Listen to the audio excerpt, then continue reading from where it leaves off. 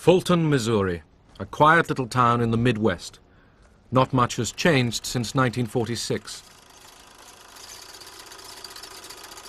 Less than a year since the war had ended, the flags were up to welcome Winston Churchill. But he came to Fulton bringing a somber message for the world.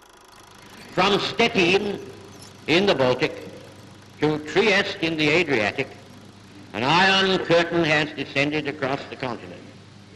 Behind that line lie all the capitals of the ancient states of Central and Eastern Europe. Warsaw, Berlin, Prague, Vienna, Budapest, Belgrade, Bucharest, and Sofia. All these famous cities and the populations around them lie in what I must call the Soviet sphere. The speech was not well received in the United States. It was thought to be too tough a speech. And the president was criticized by some for having Churchill over. Just goes to show how history changes. Now it's one of the great speeches that's ever been made because it helped warn the world about the danger of the Soviet aggrandizement.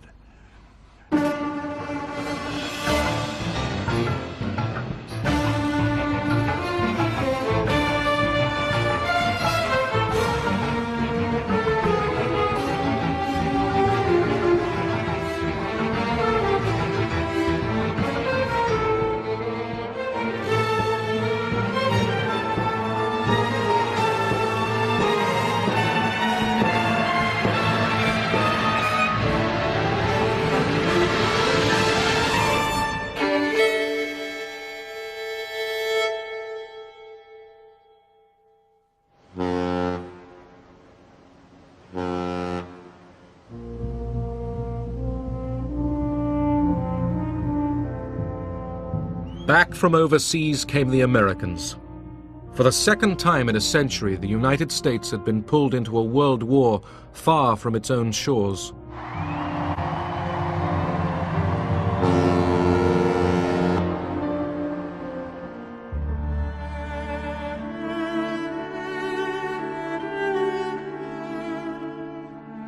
"300,000 Americans never came home.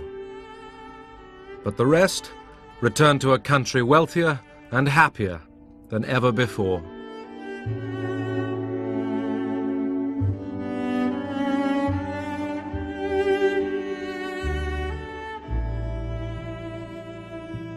I sort of eased back into contentment. I said, gee, this is wonderful. People seem to have a little cushion of money now, which, back in the Depression years, no one had any money. You just had about enough money to put food on the table and put a roof over your head and keep your insurance policy in effect, Before the war, we had 15%, maybe sometimes more, unemployed, and a very stagnant, unhappy economy. And the war production of munitions, production of armaments, put enormous sums of money into the economy, put millions of people to work, not only men but women, Rosie the Riveter, and we emerged from the war with virtual full employment.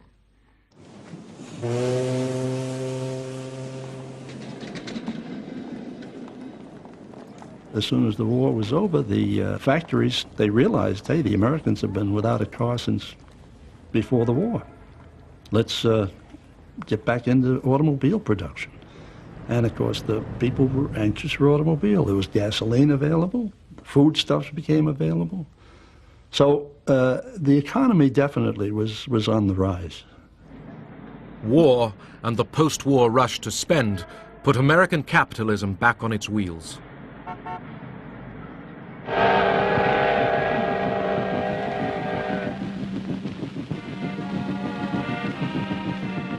In the first summer of peace, the Soviet soldiers rode home. They were awed to find themselves still alive. До Москвы уже совсем недалеко. Поезд идет из столицы Германии. И вот он, счастливый час. Здравствуй, родная Москва!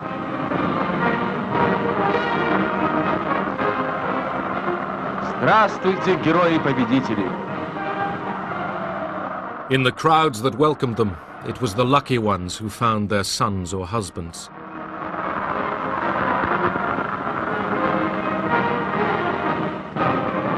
Some 27 million Soviet civilians and soldiers did not live to see this day.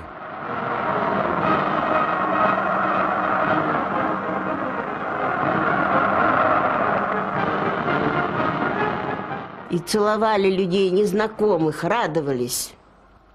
Это было большое ликование. We met the soldiers with flowers, bread, anything we could get hold of. Люди, какая-то надежда появилась, что кто-то еще, кто может быть. We kissed complete strangers. We were so happy. Где он, потому что были же. Our spirits were rising.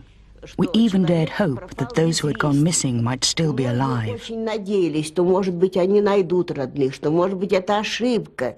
The whole of Russia had been destroyed. Everything from the borders to Moscow lay in ruins. There were lots of people with no homes to go to. Where the Germans had passed, nearly 70,000 villages had been destroyed. Cities lay in rubble. Stalin's pre-war achievements, the factories and apartment blocks of the 5-year plans, had been wrecked by the invaders.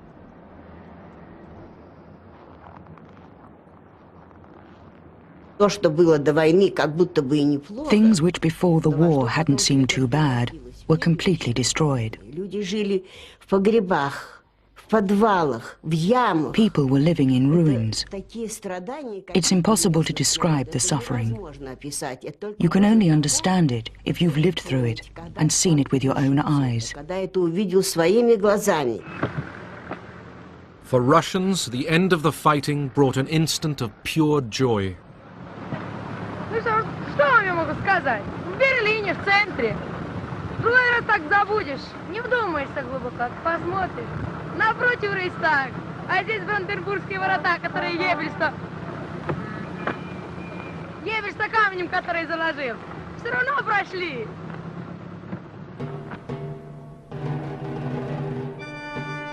Berlin, the final battlefield.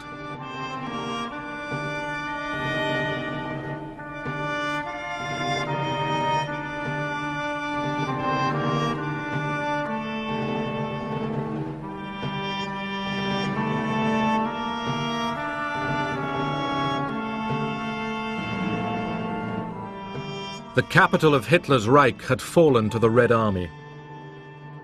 Dazed Berliners waited to see what the conquerors would do to them. But there was no organized massacre. The survivors were allowed to live as best they could.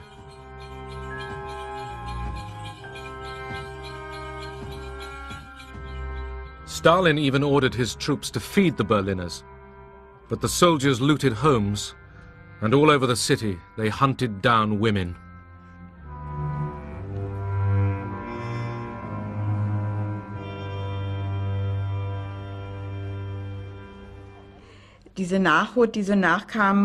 More and more Russians came by. They looked through the window. Then one of them suddenly came in. I was babysitting. He took the child from my lap and gave it a toy and some cigarettes to play with.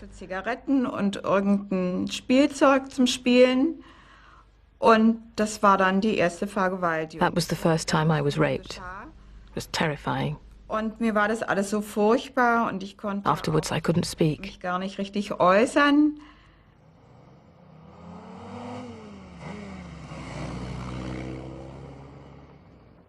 Stalin's police chief Beria and Foreign Minister Molotov tour Berlin.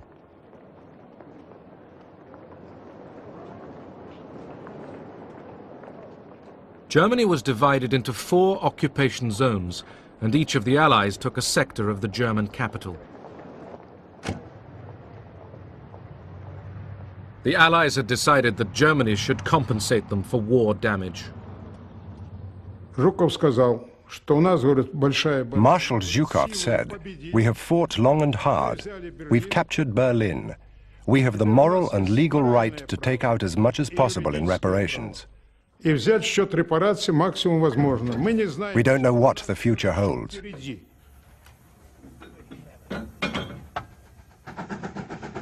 The German population was forced to help the Russians seize industrial resources. Not just machines, thousands of craftsmen and scientists were kidnapped and taken to the Soviet Union.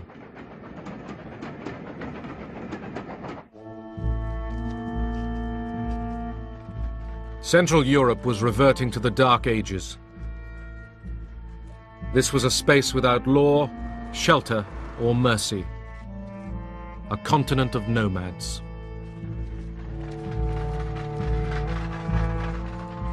Millions of people uprooted by the Nazis were struggling home. Now it was the turn of the Germans to be the victims.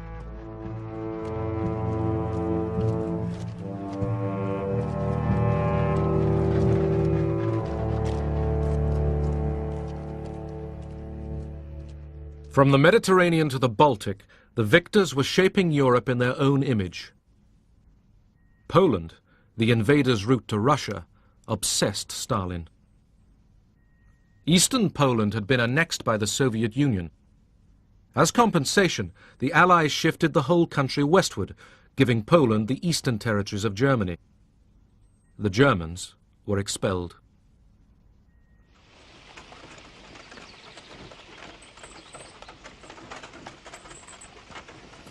Poles, whose own homelands had been seized by the Soviet Union, now took over German farms and houses.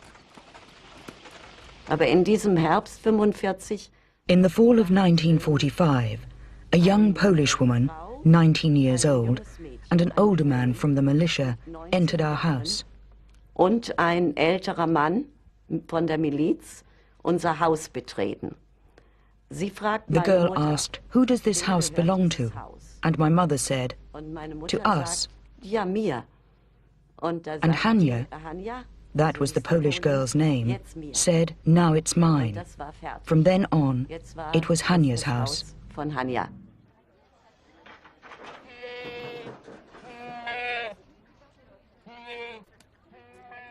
Morgens 6 Uhr. 6 in the morning, the militia came and banged the butts of their weapons against the door. Und sagen raus. Out. Und jetzt, da habe ich als Even though I was gemerkt, only a child, I knew this was ich weiß it. es ganz genau. Jetzt ist es echt. From all over Europe, some 12 million Germans were expelled from lands they had lived in for centuries.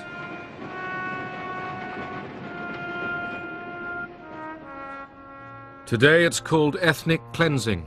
Then the Allies called it population transfer, and the British helped to move the Germans out.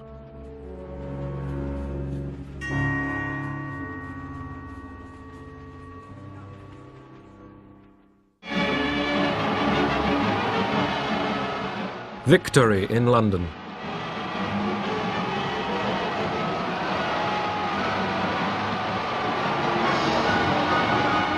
From 6 years of war, Britain emerged happy, but inwardly exhausted.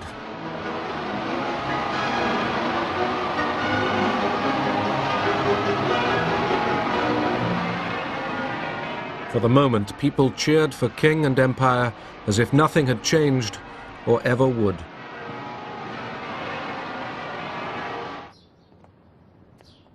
The King's new Prime Minister was Clement Attlee. The British voters had swung leftwards, and Churchill was out. In foreign policy, the new Labour government held tightly to the American alliance. Ernest Bevin, the new Foreign Secretary, was a trade union veteran who mistrusted communists. He had backed Churchill's intervention in the Greek Civil War. British interests were at stake here.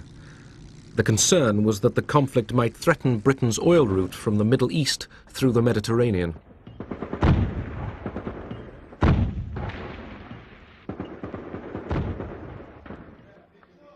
The strongest resistance movement, the communists, reached for power. But they didn't know that Stalin had told Churchill that he had no interest in a communist Greece. The British Army moved in.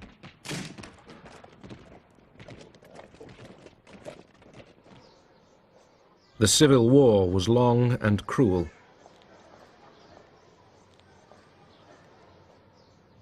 But Stalin kept his word and left the Greek communists to their fate. The Soviet Union now dominated the nations along its western border. At first, Stalin did not impose a Soviet system on his new empire. Instead, he built up pro-Soviet coalition governments, but the communists made sure that the police and security were in their hands. The Yalta Conference had given Russia control of Central Europe. We knew perfectly well what the Russians interpreted as democracy and all that, but then we were allies fighting a war together. We couldn't very well say to Stalin, now we are going to write down our interpretation of Western democracy and you've got to sign up and say this is your interpretation. It wasn't possible.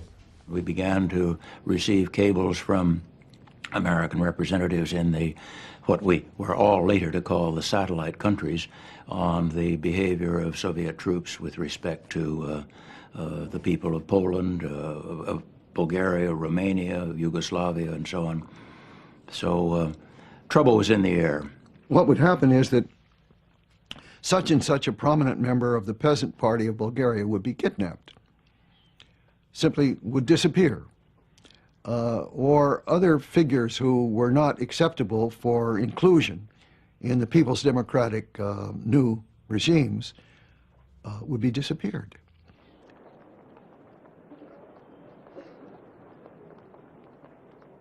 In Berlin, where the Allies jointly supervised city life, the communists were careful. The idea was at the beginning to cooperate and gradually to build up the party, making the best organized party, the most militant party, the most active party, and gradually increase the influence on the other parties, and gradually take over the whole situation, but not at once. We should already prepare for building up the police. The man for personnel, who changes personnel, and the man for education. So we were flabbergasted. We only 3 or 4 comrades, and everybody else is Social Democrats and bourgeois Democrats and so on. So one of us asked and said, it must look democratic, but we must have everything in our hands. Many Germans perfectly well understood that brown, the Nazi colors, were becoming red overnight. After all, the methods in some ways were the same, or at any rate very similar, of forcing people to do things against their will. For me, my only comparison was always the Soviet Union under Stalin. And comparable to the Soviet Union under Stalin, 1935 to 45, 45 to 46, 47 in Germany was wonderful.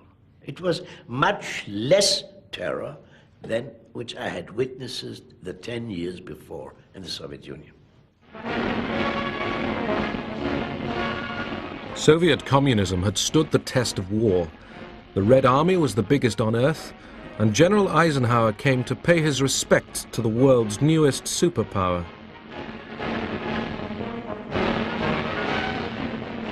But Stalin feared encirclement by the capitalist powers. At home, he watched for treachery. Those who had been taken prisoner by the Germans and seen a glimpse of the West might become disloyal. They were being arrested in thousands. The Americans knew what was going on. We had a maid whose husband was a prisoner of war. When he finally was repatriated and came back, it was this great reunion. Life was wonderful again. The family was reunited. 6 months later, He was arrested because he had been a German prisoner of war.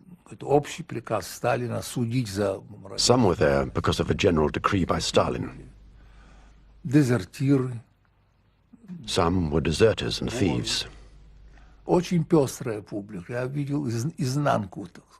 Some White Russian emigres. Some Poles from the Home Army. I entered a whole new world. Prison camps were my university.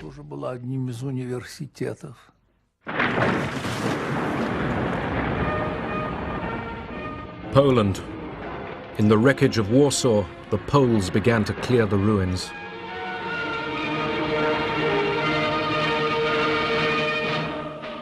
The Poles had fought the Germans on every front, east and west. Now they worked together to rebuild their country.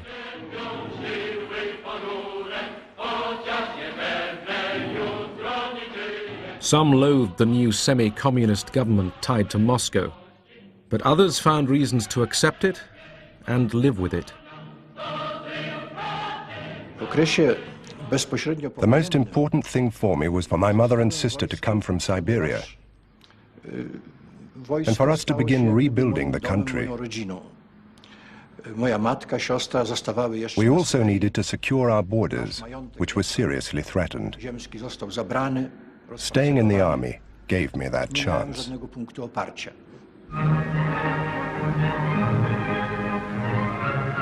In Moscow, Poland's new puppet leaders were taken to the opera.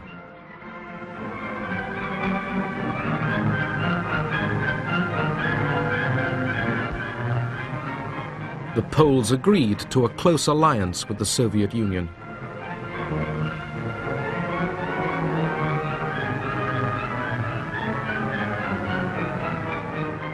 Stalin promised to defend the new Polish frontiers against any German attempt to win back the lost territories.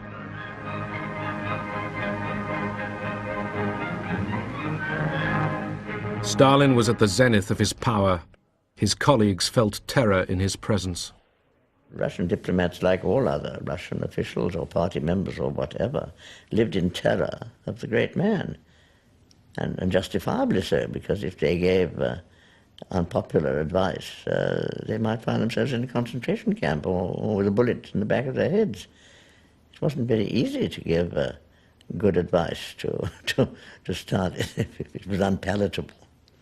Он сидел такой веселый, настроение у него хорошее, рядом сидел с ним. Stalin was cheerful and in high spirits. At his side were the main guest, the interpreter, and Soviet guests too. Вроде и гости наши, все так. И когда раздавали официанты там какой-то... The waiters came in with the main course.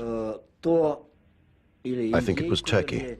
То один официант, когда наливал... One of them, whilst he was pouring the sauce, dropped some red liquid on Stalin's sand-colored jacket. На этот китель, да, красный такой, жидкость, это самый сок красный, да, и этот он как струйка крови, знаете, так потекла по всему этому красивому, нарядному, торжественному мундиру.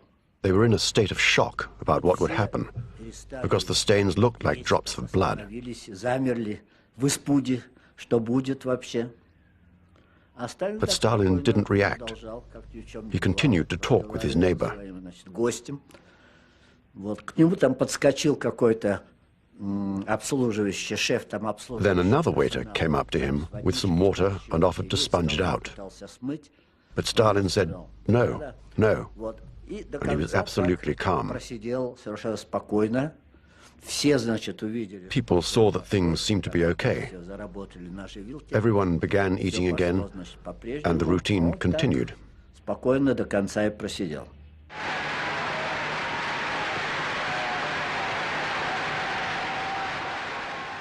To mark the Soviet elections, Stalin made a grand appearance.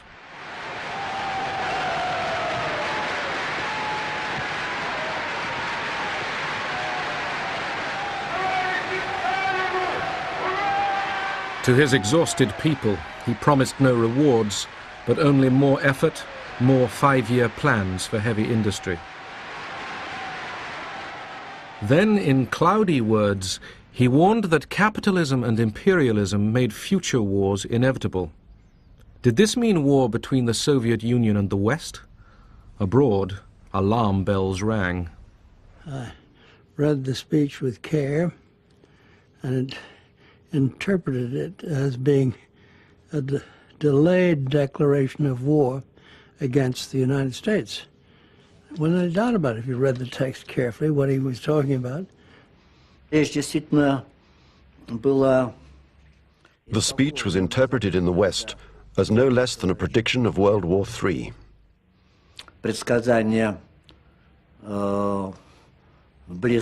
I don't think this was right, though. Но я думаю, что это вряд ли правильно. Во всяком случае, Stalin didn't say anything new or different in that speech. Сталин не сказал. He said what he had always believed, that with imperialism and capitalism, war was inevitable. С империализмом, с капитализмом неизбежно. What the Russians were thinking in terms of was that, and I think Stalin thought in these terms, was that communism was one day going to rule, be the dominant ideology in the world, and all countries gradually were going to become communist. And in the meantime, you didn't, in Stalin's idea, start dangerous wars which you might lose, but if you had a good chance of pushing the cause along, you always pushed it along. Stalin had relaxed his dictatorship during the war, but now he was tightening it once more. The Soviet Union's obvious suspicion of the West disturbed Washington. An American diplomat in Moscow, George Kennan, was asked what he thought was going on. When they finally sent me a telegram expressing their astonishment and concern because the Russians were dragging their feet about joining the International Bank, I thought, well, for goodness sake, I can't answer that in one question. They're going to have to give me space. And I sat down and tried to give a picture of this government as it emerged from the war. One of the strengths of Kennan was his awareness that the Russia in which we were living, Stalin's Soviet Russia, communism, people called it, actually drew in very many ways upon the Russian past. I had to go right back to page 1 and to try to tell them things that I felt they'd forgotten during the war. This all hangs together with this whole question that this was the same group of people who had dealt with Hitler, had tried to deal with Hitler at our expense, and never had changed their views about us. Kennan's Moscow embassy cable became history, an 8,000-word prophecy that the Soviet Union was in the mood to expand across the world and must be contained. The day that telegram was drafted, I unfortunately or fortunately had the night duty at the code room and was rather perturbed about it because I happened to have a very heavy date that night. There was a dance at one of the other embassies, and I wanted to get out as early as possible. About 6:30 or 7, George comes walking in with this 6-part cable which he wants to send out. And I took a look at it and I said it was nice, but let's not send it out. Let's wait till tomorrow. And I tried to talk him into not sending it. He said, Washington wants it, they're going to get it, and you stay here and do it. Kennan's telegram alarmed Washington. Days later, its message was reinforced when Churchill arrived in the United States as President Truman's guest. They began to get to know each other. Our president, said to Mr. Churchill, I will be on this trip quite a while, and I would be glad if you would call me Harry. Well, Mr. Churchill said, I'll be glad to if you will call me Winston. Mr. Truman said, I don't believe I can do that. He said, I consider you the first citizen in the world, and I just don't believe I can call you Winston. Winston Churchill said, if you can't call me Winston, then I can't call you Harry. The president said, on that basis, we'll do it. So it went Winston and Harry from that time, and they got on very well. Churchill was due to speak to a college audience at Fulton in Truman's home state. Privately, he showed Truman what he was going to say. The president, not sure that the American public was ready for an attack on its wartime Soviet ally, let Churchill test the water. Mr. Churchill, he's one of the great men of the age. He's a great Englishman.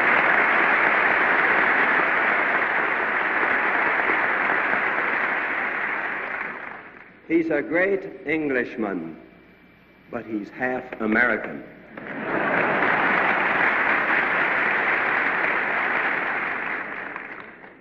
From Stettin in the Baltic to Trieste in the Adriatic, an iron curtain has descended across the continent. Behind that line lie all the capitals of the ancient states of Central and Eastern Europe. Except in the British Commonwealth and in the United States, where communism is in its infancy, the Communist parties, or fifth columns, constitute a growing challenge and peril to Christian civilization. Whatever conclusions may be drawn from these facts, in fact they are, this is certainly not the liberated Europe we fought to build up, nor is it one which contains the essentials of permanent peace. Immediately after that, Stalin came out with answers to a foreign correspondent's questions in which he compared Churchill to Hitler and decried Churchill's speech as a belligerent call to arms against Soviet Russia. Since 1945, America had been extending its influence and power all over the world. Stalin grew nervous. He put pressure on Turkey to grant the Soviet Union a military presence in the Dardanelles and the Bosporus. America and Britain feared a threat to the Suez Canal. They were determined to keep Turkey free of Soviet interference. When the Turkish ambassador in Washington died suddenly, Truman used America's biggest battleship, the USS Missouri, to deliver the body to Istanbul. This was a symbol to Stalin. Don't push us, and don't push Turkey, because if you push Turkey, we'll be there. Iran, like Turkey, lay on the southern borders of the Soviet Union, and for centuries had been hostile to Russia. During the war, Soviet and British troops had occupied Iran to protect their oil supplies. They even celebrated their partnership there.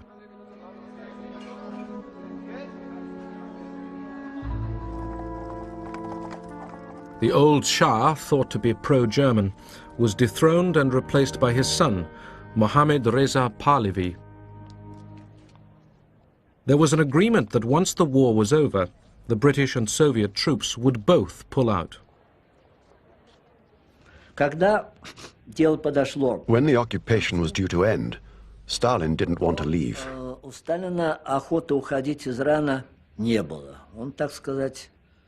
He wanted to stay on. This created problems. There was lots of pressure put on us, pressure from the British. And in fact, the Soviet Union had no legal right to stay there.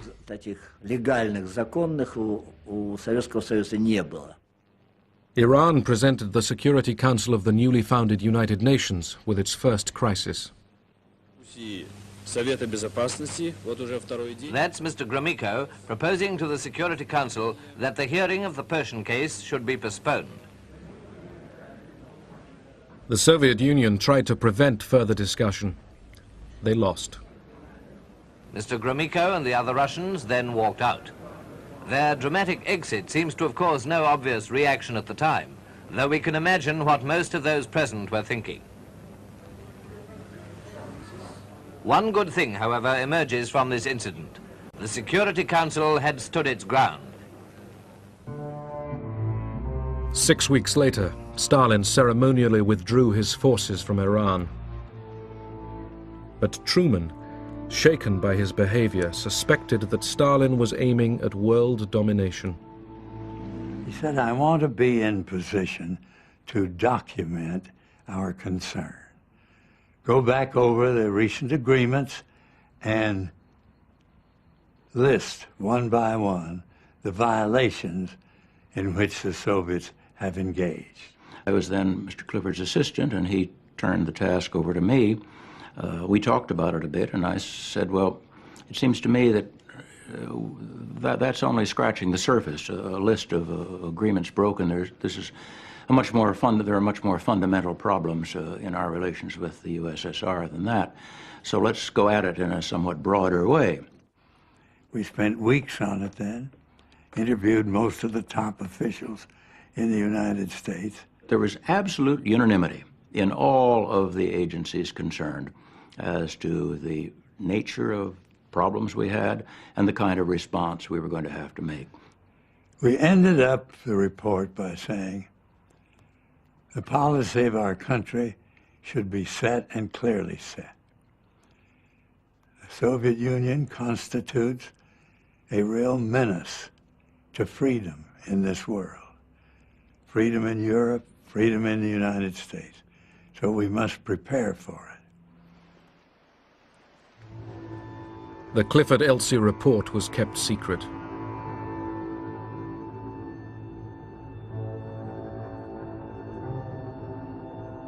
The report concluded that a war with the USSR would be more total, more horrible than anything previously known. The United States still had the monopoly of atomic weapons. At Bikini Atoll in the Pacific, 2 atom bombs were detonated in July 1946. The warning to Stalin was plain. From now on, all the big powers worked frantically to develop their own atomic and biological weapons. At the Paris Conference of Foreign Ministers, Molotov was determined to maintain joint Allied control of Germany. But his American counterpart, Secretary of State Burns, wanted Germany to pay no more reparations. For Molotov, Burns was too concerned with German opinion. He was outraged. Molotov was nicknamed Mr. No. But if he had been a Mr. Yes, Stalin would not have kept him on. Stalin needed a Mr. No, someone capable of finding out the maximum information about the other side's position. Molotov would squeeze the other side to its absolute limit. When he had totally exhausted these methods, it was Stalin's turn. He would come back and resolve matters with a friendly smile. It was at Paris that the wartime alliance began finally to break up. The Americans and the British were impatient to develop stable economies in their zones of Germany without Soviet interference.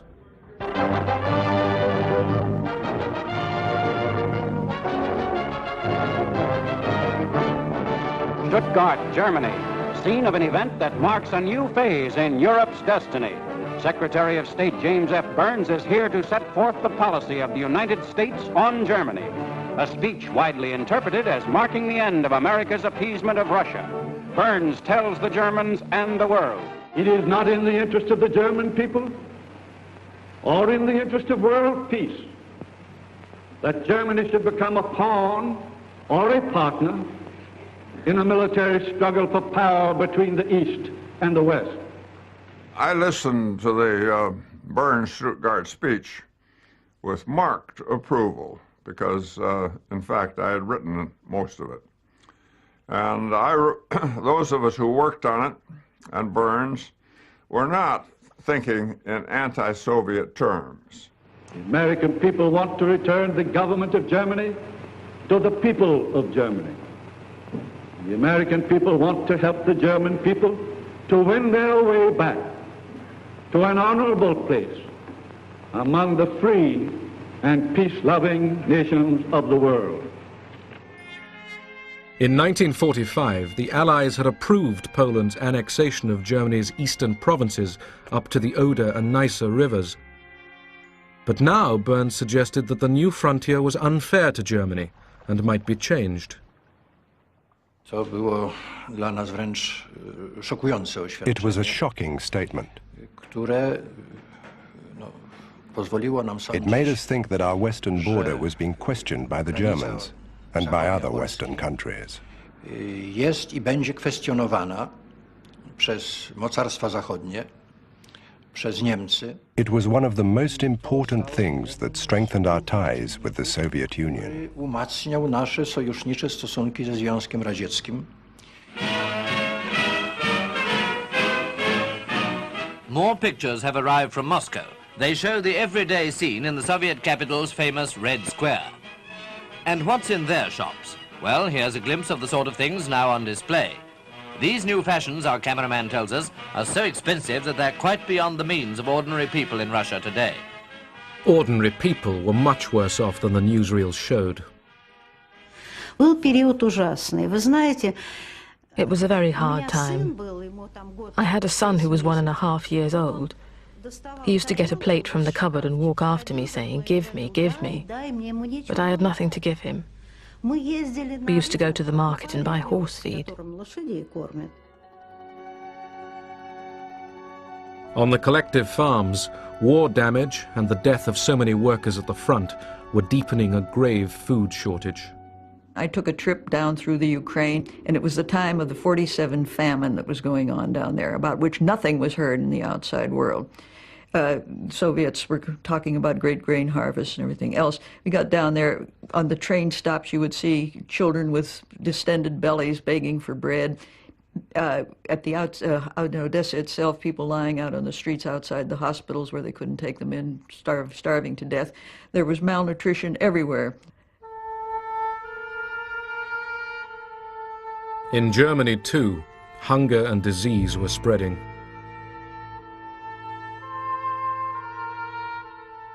The nightmare of the Western Allies was that poverty would drive the Germans towards communism.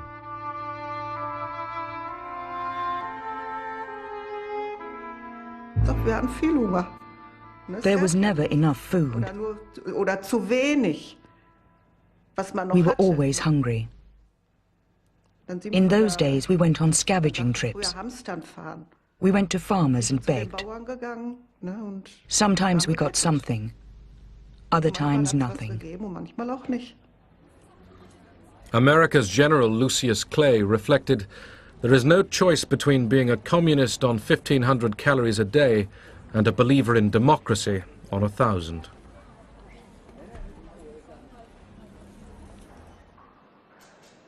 Aid to Germany cost Britain over $1 million a day. But British supplies were not enough to save thousands of Germans who died that winter for lack of food and fuel.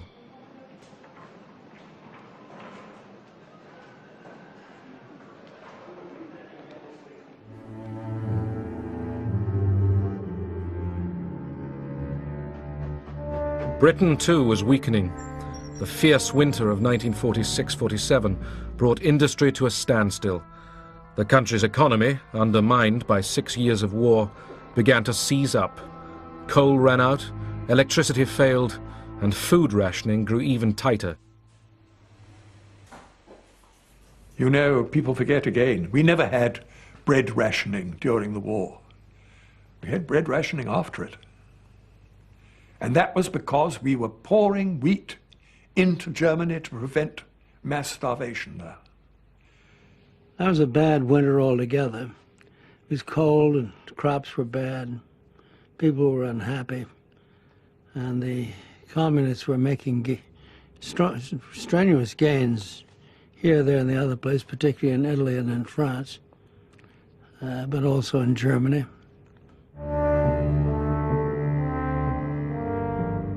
The British could no longer afford all their heavy commitments in the Mediterranean. They told the Americans they intended to pull out. The message came, and it was flat. It said, Great Britain is withdrawing. from both economic aid and military aid to Greece and Turkey. This simply crystallized the opinions in the executive branch that the United States had to move and move very, very quickly. The prospect didn't look good at all for Europe or for the United States or for anybody. In Washington, President Truman went to Congress. From now on, he announced, the United States would contain the advance of communism anywhere on the globe. This, at last, was the official declaration of the Cold War